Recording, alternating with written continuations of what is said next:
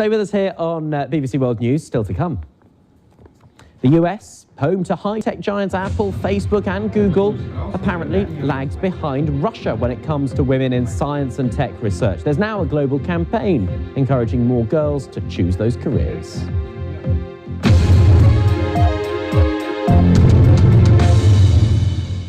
Hello, welcome back to the Business News on GMT with me, Ben Bland.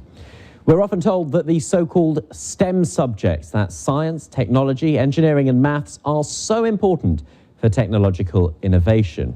You might well think that rich Western nations do well here, but UNESCO says that while 41% of scientific researchers in Russia are women, the number drops dramatically in the West. In the UK, just 22% of university engineering graduates are women, while in the US the figure is even lower at 18%. So, thousands of girls around the world are taking part in a day of campaigning for better technology education. Susan Shaw leads the Global Girls in ICT, Information Communication Technology Day campaign. Susan, lovely to see you. So, what would you regard as a successful outcome of this day of campaigns?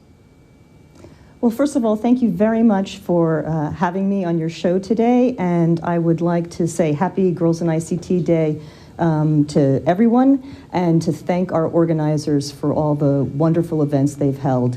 I think we can already say the day has been a success because we know from our Twitter feed on #GirlsInICT that there are already hundreds of events all over the world.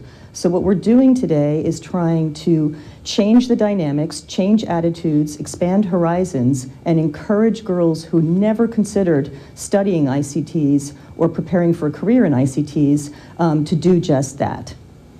And what are the particular areas that you're focusing on? Because it's quite broad range, isn't it? If you talk about science, technology, engineering, maths, where is the particular focus of this campaign? Sure. Well, our focus is on ICTs, on information and communication technologies. So what we see a lot of our organizers are doing are organizing workshops where they are actually introducing girls to some skills such as coding skills or robotics, or doing website development. I've just joined you straight from our Geneva event, where we had a number of girls who had run workshops before the day, and they came in to have an exhibit and showcase the new skills that they had learned. And so those are some of the skills that we saw. Scratch programming, creating websites, and working with robots. Why then do you think there is such a lack of women in the field of research in these areas? In, for example, you highlight the United States and the UK, because presumably if these subjects are being taught at schools, that would apply to both boys and girls. But the problem is often those subjects aren't being taught at school. That's one of the key problems. We face a number of challenges. One is that very few schools are starting to teach such 21st century skills such as coding and computational thinking. So certainly one of our recommendations is that schools should integrate this into the regular school curriculum so that we would have a larger pool of both boys and girls that are interested in this topic.